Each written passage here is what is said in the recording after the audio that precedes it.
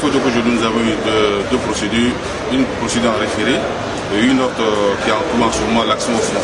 En référé, on a signé M. Ouattara Issa par rapport au magasin dont il a brisé les serrures, faire remplacer ces serrures-là.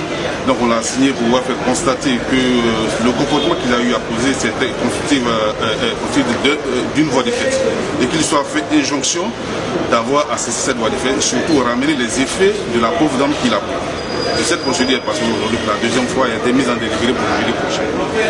Parallèlement à cela, nous avons également signé M. Ouattara Issa devant le juge du fond dans une procédure en dommages et intérêts.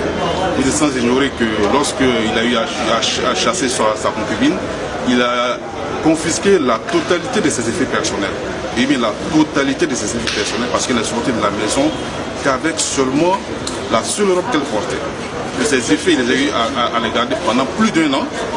Il a fallu qu'on la signe par demande de juge référé pour qu'il lui soit fait injonction d'avoir à restituer ces effets-là. Ce qui a été fait. Lorsqu'il a été condamné de restituer ces effets, ils nous ont appelés par l'intermédiaire de ses conseils pour récupérer ces effets. Nous sommes allés, nous avons découvert seulement que la plupart des effets étaient détruits. Elle n'a pratiquement été aux 3 quarts détruits. Et donc l'action en dommages d'intérêt naît de la destruction et de la détérioration des effets personnels de Mme Kone Awa. C'est ce que nous avons initié.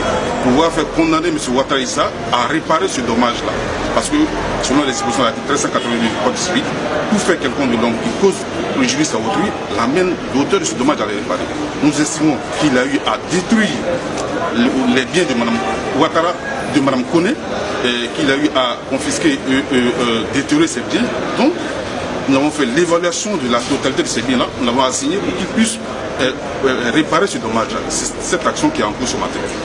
Mme Kone est confiante. Elle est confiante. Je vous dis que depuis qu'elle a commencé à avoir ses enfants, puisque M. Ouattara, le juge des tutelles lui a accordé le droit de visite et d'hébergement. Et depuis qu'elle a commencé à voir ses enfants, je peux vous assurer qu'elle reprend goût à la vie. Elle reprend goût, mais aujourd'hui elle est confiante. Et surtout, elle remercie l'ensemble des Ivoiriens. Au-delà des Ivoiriens, tout le monde pour l'élan de solidarité dont elle fait l'objet aujourd'hui, de la part de tout le monde. Je vous dis, depuis que sa vidéo a été publiée, elle est beaucoup sollicitée. Il y a tout un élan de solidarité.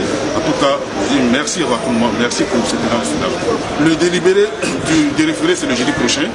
Tout à l'heure, l'affaire au fond, on attend de voir que le juge statue là-dessus et puis renvoie à une date pour les échanges des deux parties. Et il y a également d'autres procédures que nous allons mener, mais je ne vais pas me procéder là-dessus, puisque je crois que dès la semaine prochaine, nous allons initier d'autres procédures encore, parce que nous estimons qu'il y a une communauté de vie entre M. Ouattara et Mme Kone, une communauté de vie, parce que les deux ont eu à mettre en commun des moyens, et qui dit mise en commun de moyens, il faut s'attendre à un partage des bénéfices. Nous estimons pour nous qu'il y a eu une société de fait entre M. Ouattara Issa et Mme Kone Awa, de sorte que s'ils sont séparés, il faut liquider cette société de fait. C'est cette action que nous allons mener très bientôt.